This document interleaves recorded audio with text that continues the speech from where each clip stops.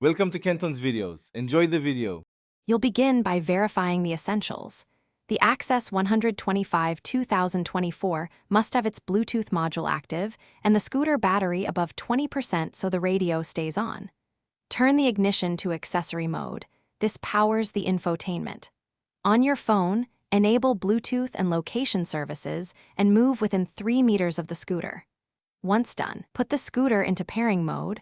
Hold the Bluetooth button on the handle for 3 seconds until the indicator flashes, so the two devices can discover each other. On your phone, open Bluetooth settings and scan. Select the device labeled Access 125BT or a similar model name. If the phone prompts for a PIN, try 0000 first, then 1234 if needed. These are standard factory codes.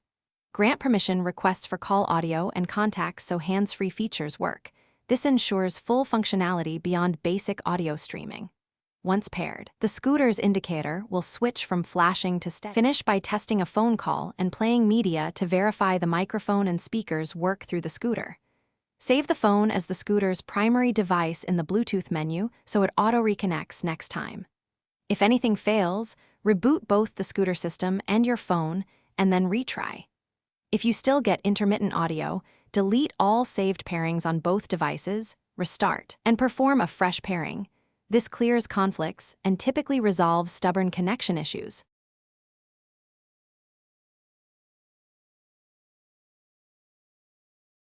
Thanks for watching. Consider subscribing if we helped you.